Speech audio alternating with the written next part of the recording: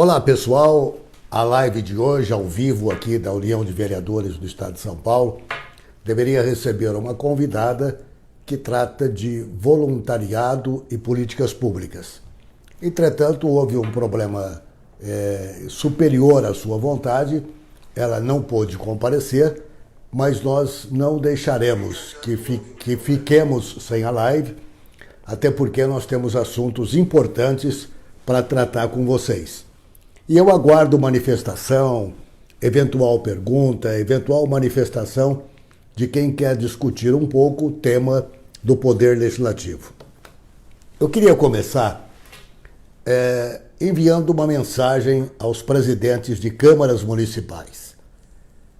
O que acontece muito nessa época de final de ano é presidente de Câmara Municipal fazendo devolução de eventuais sobras do orçamento da Câmara Municipal que lhe é destinado constitucionalmente, um percentual do que ganham os deputados. Ou melhor, é um percentual do orçamento, da arrecadação. O que ganham os deputados fica relacionado mais com o subsídio dos vereadores. Eu quero me posicionar dizendo que não há absolutamente nada contra a devolução de recursos para as prefeituras municipais. Inclusive, há recursos que são carimbados, ou seja, eles voltam para o cofre municipal com destinação que a Câmara Municipal, os vereadores, escolhem, o que é perfeitamente legítimo. Repito, nada contra. Todavia, nós somos totalmente favoráveis a que antes da devolução coloque a Câmara Municipal na altura do Poder Legislativo. O Poder Legislativo pressupõe vereadores que conhecem a legislação, vereadores que atuam para melhorar a qualidade de vida das pessoas, vereadores que ajudam o município a se desenvolver. É muito comum a gente observar por aí que as autoridades, notadamente as autoridades dos poderes de fiscalização, dizem muito o que o vereador não pode fazer. Nós preferimos atuar numa nova área, na área de orientar o que o vereador pode e deve fazer para ajudar o desenvolvimento do município. Para que isso aconteça, o vereador precisa participar de cursos, de seminários, participar de palestras, ouvir pessoas que realmente possam lhes orientar, para que ele acompanhe e participe da sociedade do saber, da sociedade do conhecimento. Existem presidentes de câmaras que evitam tudo isso, não deixam o vereador participar de curso, de seminário e faz uma economia em desacordo com o valor do Poder Legislativo para fazer a devolução. Repito, nada contra a devolução. É necessário. Sobrou, a Câmara não pode ter dinheiro na sua contabilidade. Sobrou, tem que devolver. Mas é preciso, repito, dar à Câmara Municipal a grandiosidade do Poder Legislativo. Portanto, a missão de entidades como a UVESP, a União de Vereadores do Brasil, a Associação Paulista de Municípios, enfim, entidades municipalistas, é contratar profissionais capacitados para oferecer cursos in company, ou seja, nas câmaras municipais, para uma determinada região, ou até em São Paulo. Eu sei que existem auditores do Tribunal de Contas que dizem que vereador não pode viajar. Bom, não é o pensamento dos conselheiros do tribunal. Existe a razoabilidade, viajar para um determinado fim, para se orientar, para buscar conhecer projetos que possam servir para o seu município. A UVESP trabalha muito no sentido de propor que oposição deve existir nas ações políticas, nas ações administrativas. Todos os partidos com assento na Câmara Municipal se unem a favor de uma só bandeira, a bandeira do desenvolvimento do município. Existe uma concorrência muito grande hoje de município contra município. Quem é que pode trabalhar mais? Quem é que pode fazer mais? E realmente quem é que ganha? Aqueles que estão a par de tudo o que acontece no Brasil, conhecem a legislação e correm atrás. O estado de São Paulo, diferentemente dos estados do Nordeste, perde muito recursos até a fundo perdido por falta de projetos bem elaborados.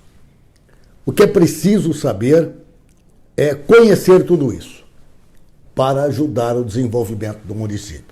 Portanto, eu quero repetir para ficar bem claro, nada contra a devolução, tudo a favor da capacitação. E um detalhe, dependendo do tamanho da devolução, no ano seguinte, os tribunais competentes podem se julgar no direito de dizer, olha, você devolveu, então você não precisa de tudo aquilo que o orçamento lhe dá direito. O chamado duodécimo. E é o que pode acontecer. Já existe um trabalho muito grande em cima de despesas de câmaras municipais. O vereador tem que fazer a economia, mas o vereador também não pode ficar estagnado, parado, porque ele é o advogado do povo na conquista dos melhoramentos que a cidade pensa. Esse é um fato. Agora, surgiu um outro fato que nós queremos aqui, em primeiro lugar, lamentar. Existe um comentarista no Grupo Bandeirantes de televisão que ontem, terça-feira, fez um pronunciamento para falar da nova lei de fusão de municípios. Municípios serão sugados, municípios acima, até 5 mil habitantes, por aqueles que estão com maior população, o que era distrito. O que era distrito virou município, volta a ser distrito. Ele disse que a Câmara Municipal é constituída que o vereador é um animal político, que amanhã, se falar em extinção, a população fique quieta, porque talvez o caminho seja esse. Olha, lamenta-se muito. Como se lamenta que queiram medir com a mesma régua quase 60 mil vereadores do Brasil por uma meia dúzia que comete deslizes no trato da coisa pública. Vereadores que saem do seu estado para participar de eventuais seminários em outros estados, preferencialmente em praia e montanha. Estes serão punidos certamente pelo Tribunal de Contas do seu estado, pelo Ministério Público, mas estes não representam a totalidade dos vereadores do Brasil. E nós entendemos que o diretor de jornalismo da TV Bandeirantes, Fernando Mitre, que é um jornalista consciente, tente orientar este comentarista, dizendo que o poder legislativo faz parte do Estado democrático de direito. Quando você fala em fechar o poder legislativo, você está conclamando um estado de exceção. A Constituição do Brasil diz que há a tripartite. Os poderes são harmônicos, porém independentes. E como é que começa a Constituição? Constituição, a República Federativa do Brasil, é composta pelo poder legislativo, depois vem o executivo, depois vem o judiciário. O mais importante dos poderes, em primeiro lugar, é aquele que faz as leis, aqueles que destinam as leis que vão interessar ao desenvolvimento do município brasileiro.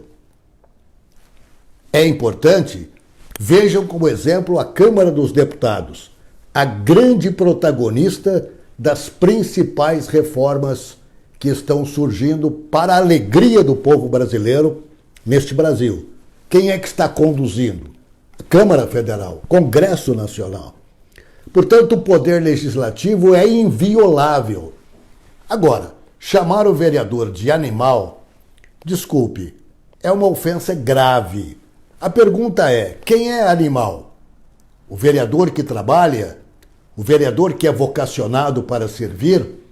Ou aquele que ignora a democracia, que não sabe que o poder legislativo faz parte da Constituição brasileira, que o poder legislativo vive porque sem ele não há democracia?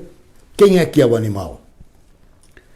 Portanto, a gente lastima, porque o político hoje, o político, o administrador, o legislador, estão sendo jogados na vala comum. Uma vala de quem desrespeita o tesouro do povo, o cofre popular, os recursos do município, do estado e da nação, são medidos de uma forma única, unitária, como se todos fossem iguais. Isto aconteceu na TV Bandeirantes ontem. Um comentarista até muito bom, jovem, mas um jovem que não compreende a importância do poder legislativo. Ele pode ter a opinião dele, mas primeiro, chamar o vereador de animal? Não. Está ofendendo o ser humano, antes de mais nada. Segundo, propor que se extingua o poder legislativo é trabalhar pela vinda da ditadura, do quanto pior, melhor, contra a democracia que está instalada no Brasil, graças a Deus. Isso ontem. Hoje, um comentarista numa emissora de rádio, se não me engano não, a CBN, ele diz o seguinte, que o pré-sal vai destinar recurso para estados e municípios. E olha, nos municípios tem que ficar de olho, como se o prefeito fosse alguém que desvia recursos públicos, como se fosse alguém que não sabe patrocinar as obras com recursos públicos do município, porque é o município que arrecada. O município arrecada 100%, manda para a União e recebe menos de 17%. Então você observa que o vereador e o prefeito, eles são tratados de uma forma que entristecem a todos, quem trabalha com os poderes e quem está dentro dos poderes. Eu trabalho com o poder, não estou dentro do poder, mas tento, através de especialistas, capacitar o agente público do Estado de São Paulo. Portanto, é muito lastimável que tudo isso ocorra. Mas olha, eu acho que pequena parte de toda essa manifestação contrária aos poderes vem em função não só do exemplo, todos dão exemplo, existe uma minoria que não dá, acabei de dizer, mas também da falta do conhecimento, da falta do saber. É muito comum a gente ver falar o seguinte, olha, o vereador não pode isso, o vereador não pode aquilo, o vereador não pode acolá, o vereador não pode. Nós preferimos dizer tudo o que o vereador pode e deve fazer. Ajudar o desenvolvimento do município, ajudar o desenvolvimento do seu estado e, em consequência, da nação. Não existe desenvolvimento nacional sem o desenvolvimento municipal.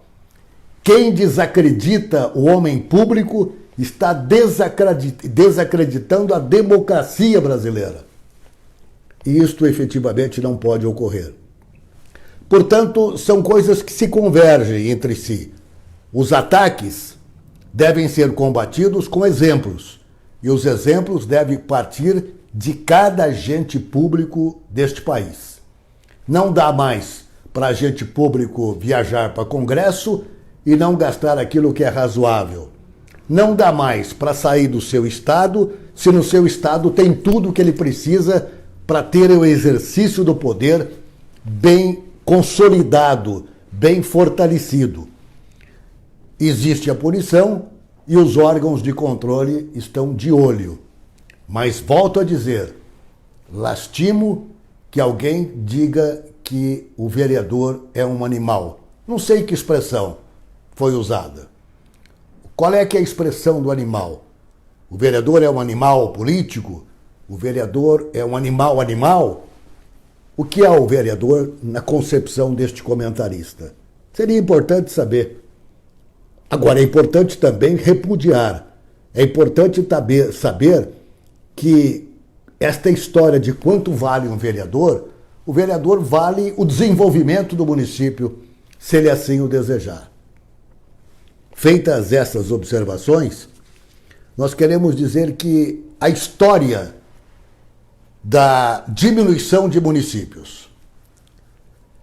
A Alemanha e a França, na década de 70, já fizeram isso, para municípios de 1.000 habitantes. Até 1.000 habitantes foram extintos, voltaram a ser distritos, na expressão brasileira. Alemanha e França fizeram, deu certo. Agora, não se pode generalizar também os municípios de até 5.000 habitantes, onde se trabalha para construir o desenvolvimento.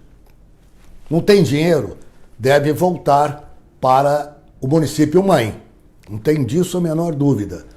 Mas existe a possibilidade de debate. É para isso que vale o parlamento. Vamos conhecer outras ideias. Vamos discutir outros princípios. Vamos saber o que é que diz. Por que vão fechar os municípios com até 5.000 habitantes? A resposta é uma só. Por causa do custo. Muito bem. Por que não diminuir esse custo? Por que não fazer a proporcionalidade do tamanho do município para pagamento de salários, para pagamento de jetons, para subsídio de prefeito, pagamentos de prefeitos e vereadores? Por que não pensar uma saída que venha ajudar o desenvolvimento municipal, enxugando a máquina e diminuindo as despesas deste continente chamado Brasil? Agora, não podemos pegar exemplo de países pequenos e simplesmente replicar. Nós temos que discutir. Eu conversei com o deputado Herculano Passos, presidente da Frente Parlamentar em Defesa dos Municípios, e comentei com ele a possibilidade de se fazer longos estudos para discutir esse problema. O parlamento foi feito para isso, para debater, para discutir, as comissões estão lá. Ele concorda plenamente. Começa a ter uma ampla discussão para analisar municípios que representam custo Brasil. Mas é preciso pensar no município investimento Brasil. É importante que essa análise seja coerente para não se praticar atos que não condizem com a realidade que nós estamos vivendo. Eu quero agradecer aqui quem está conosco nessa transmissão, o vereador Timba, o vereador Semenzato, José Renato Semenzato, o Grilo Pires Lara, o Wilson Ceciliato, um grande abraço a vocês, a Leda Helena, a Leila Nasser Miziara, a Érica Afonso, o Gibu Talpo, o Sérgio Eduardo, o Vinícius Vasconcelos, o Marco Antônio, a Flávia Vital, o Marcos Monteiro, Cláudio Pirajá, Josafá Antônio de Carvalho, Cláudio Tussi Júnior, Maria Helena Melo, Pedro Tuzino, Carlinhos Conquista, Tiago Cunha Soares, Rosmaria Alexandre, Silvia Helena Franceschi, Wilson Gonçalves. São pessoas que estão conosco nessa live e que eu chamo para reflexão. A reflexão diz o seguinte, que nós estamos vivendo um momento em que a cada 3 ou 4 prefeitos que nós conversamos, pergunta-se a ele, você vai disputar a reeleição? Não, jamais. Não quero problema para minha família. Todos que estão na vida pública hoje sofrem algum problema, algum tipo de ações injustas. Muitos. E o que acontece? Existem aqueles que dilapidam os cofres, como nós tivemos governos que acabaram com o tesouro da nação, e até hoje, quem paga a conta é o município. Porque a crise da qual o prefeito e o vereador não têm culpa nenhuma, assola o município. A população quer saber de obras, não quer saber de onde veio o dinheiro. Ela quer obras, e com justa razão. Mas é sempre bom saber que o mosquito do Aedes aegypti, ele morde no município. Tudo acontece lá no município. E essa mordida precisa ser cuidada, precisa ser prevenida, precisa ser extirpada. Com que dinheiro? Dinheiro que o próprio município arrecada, mas ele não arrecada, não existe um pacto federativo no Brasil. O que existe é centralização do poder, um poder centralizado. Um poder centralizado que vem de longa data, desde a ditadura. Aí é que nasceu a centralização do poder. Nós tivemos várias constituições que deram ao município condições de vida, mas essas condições foram diminuindo. Os municípios receberam encargos que não é dele e sim da União, entretanto não vem o recurso, o dinheiro para executar aquelas competências que lhe é devida. Sem contar com a judicialização das ações do prefeito, notadamente na área da saúde. Por isso que o Ministério Público do Estado de São Paulo criou o Acessa SUS para evitar a judicialização. E nós somos parceiro do Acessa SUS.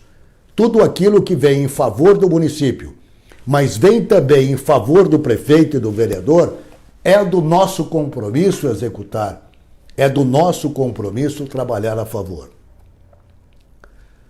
Nós vamos, até 2050, ter quase 95% da população vivendo em cidades. Significa que nós precisamos de todas as políticas públicas que servem a comunidade. Sem recurso não dá.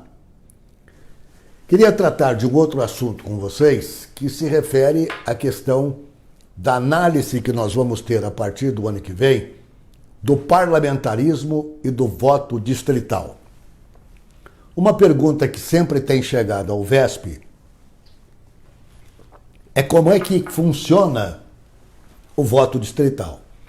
Nós temos o voto distrital puro e o voto distrital misto, que é aquele onde o vereador, o deputado é eleito por um distrito, previamente preparado pelo Tribunal Regional, pelo TSE, Tribunal Superior Eleitoral, e o eleito por uma lista partidária. Esse é o voto distrital misto. O distrital puro é o voto por distrito. Nós vamos viver o distrital misto, com certeza. São as propostas que estão lá no Congresso Nacional. A pergunta é, o que é o novo sistema e como ele funciona? Vamos lá, vamos ver aqui o que diz um especialista. Pelo sistema distrital misto adotado em diversos países, metade dos deputados federais, estaduais e vereadores é eleita por lista partidária. A outra metade é eleita pelos distritos. O eleitor, portanto, vota duas vezes. Uma no voto em lista e outra no seu candidato do distrito.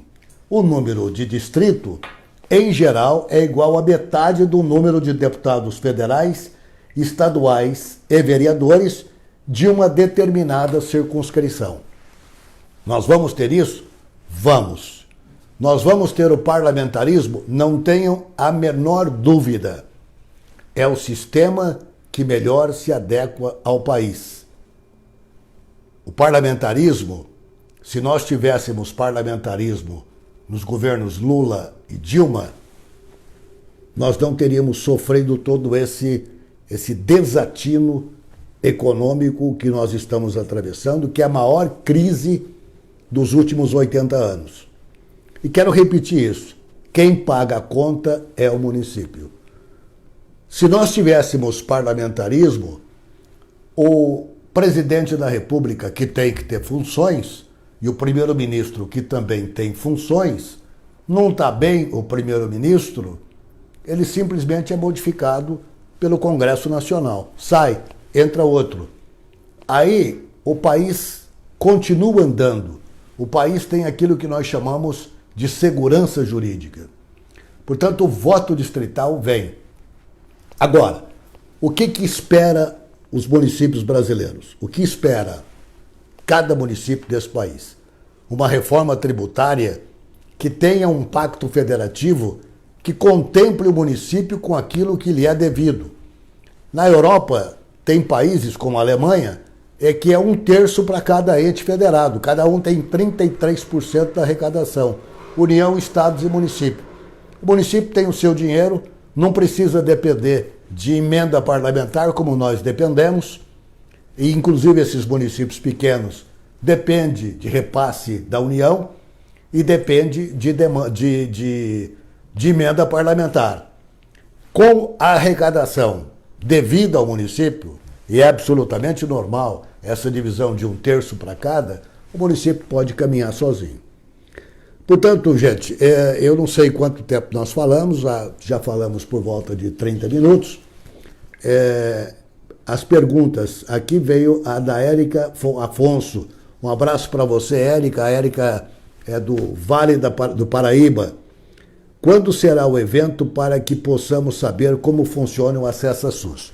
Excelente pergunta. Nós estamos aguardando o Ministério Público do Estado de São Paulo, o Procurador-Geral do Ministério Público, o doutor Ismânio, Jean Paolo Ismânio, para começar fazendo um grande evento lá no Ministério Público, para que haja uma efetiva explicação de como funciona o acesso a SUS. O acesso a SUS, basicamente, é o seguinte, é conhecer os remédios similares. Às vezes, destina-se um remédio para um doente que vai na prefeitura e pede, se não lhe dá, ele vai ao promotor e ao judiciário, e às vezes tem no SUS o remédio similar, um semelhante que pode ser adotado a ele.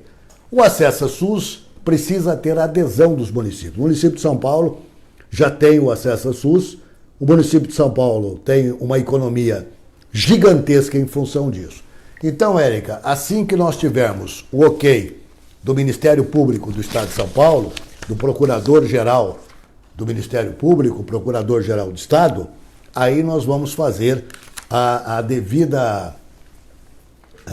vamos marcar data e fazer o evento. Estão aqui conosco também o Leandro Amêndola, também o Eduardo Jardim, o Leandro Correia, o João Henrique, a Thaís Monção Neves, o Antônio Alexandre. São pessoas que nos honram sempre com a sua audiência e que procuram conhecer os efetivos trabalhos que a UVESP faz. Por falar nisso, o Jornal do Interior já está na rua. Quem não recebeu pode acessá-lo no site www.uvesp.com.br. Destaque para a Caravana da Inclusão, que já começou. Começou em Ourinhos, com quase 1.000 participantes. A foto não deixa ninguém mentir. A relação de pessoas participantes não deixa ninguém mentir. Quase 1.000 pessoas em Ourinhos participando da Caravana da Inclusão. Amanhã, quinta-feira, a Caravana da Inclusão será em Itanhaém, litoral sul do estado de São Paulo, para parte do Vale do Ribeira e parte do litoral sul do estado, e parte não, a totalidade do litoral sul do estado de São Paulo. Amanhã, portanto, o evento é em Itanhaém, a segunda Caravana da Inclusão, comandada pela ex-deputada Célia Leão, secretária dos Direitos da Pessoa com Deficiência e ativista da causa há muitos anos, desde o seu primeiro mandato como deputada. Que causa? Os direitos da pessoa com deficiência, as obrigações que a sociedade precisa ter para com as pessoas com deficiência. É fundamental que se respeite os direitos da pessoa com deficiência. A UVESP fez até uma cartilha com modelos de leis, elaborada por advogados especializados na área, para distribuir para vereadores. Portanto, nós lutamos pela capacitação. O nosso interesse maior é que o poder legislativo seja respeitado. É por isso que nós lamentamos, lastimamos e repudiamos quando se critica com calúnia o papel do vereador ou se propõe o fechamento do poder legislativo. É preciso que não jogue o político na vala comum. Existem aqueles que realmente não contemplam o que lhe cabe no cargo, que é melhorar a vida das pessoas, mas felizmente a grande maioria quer terminar o seu mandato com uma biografia capaz de criar orgulho nos seus filhos e netos. Todos têm esse objetivo. Ninguém, a maioria esmagadora, não erra por dolo ou por vontade, erra às vezes por falta de conhecimento. É muita legislação que vem por aí, são muitas porçarias, muitos decretos. E nós precisamos tomar conhecimento do que tem para ajudar o município. Por exemplo, a liberdade econômica, eu não vi ainda nenhum jornal nesse país, nenhuma emissora de televisão, nenhuma rádio elogiar a liberdade econômica. Medida provisória transformada em lei que partiu do governo federal, do presidente Jair Bolsonaro. A liberdade econômica dá condições para que as pessoas progridam e trabalhem. E trabalhando, estão criando receita. Criando receita, há geração de emprego. Emprego e renda. Compra no comércio, compra dos produtores locais. E tudo isso faz a roda girar, o desenvolvimento crescer, o desenvolvimento surgir. É o trabalho do homem público. Liberdade econômica, anotem isso. E é importante saber que o município, estamos preparando um documento para informar a prefeitos e vereadores que a legislação ela tem que ser municipal também, complementar a legislação da União. Não é só a Câmara Federal aprovou a medida provisória transformada em lei da liberdade econômica. Não, agora esperar. Não. Cada município tem que fazer a sua lei, adequada à sua peculiaridade, adequada à condição que o município tem. E nós estamos preparando um modelo para enviar para todos os presidentes de Câmara, vereadores, disponibilizar no site, nas nossas redes sociais. Eu peço a vocês que acompanhem as nossas redes sociais, porque, repito, o nosso objetivo é ajudar a sociedade ajudando o agente público. Capacitando o agente público, nós estamos ajudando o desenvolvimento do município, em consequência do Estado e da nação. Eu quero agradecer a atenção de todos vocês. Hoje nós ficamos sozinhos, mas tínhamos assunto importante. Era preciso trazer esse assunto, era preciso explicar que a Constituição Cidadã colocou o município no mesmo tamanho de estados da União.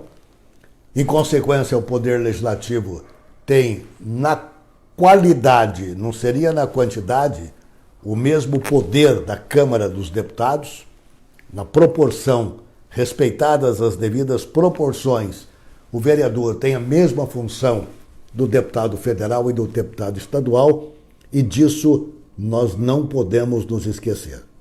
Gente, na próxima quarta-feira, amanhã, em Itanhaém, no Litoral Sul, convite para todos. No dia 29, o evento sobre resíduos sólidos e marco regulatório, o grande trabalho do deputado Geninho Zuliani, em Rio Preto, em parceria com a AMA, Associação dos Municípios da Araraquarense. Trabalhando e trabalhando bastante. Nós temos mais algumas pessoas que vamos agradecer quem está conosco. O Maguila, do PPS lá de Porto Ferreira, o Leandro Castelletti e o Antônio César Simão.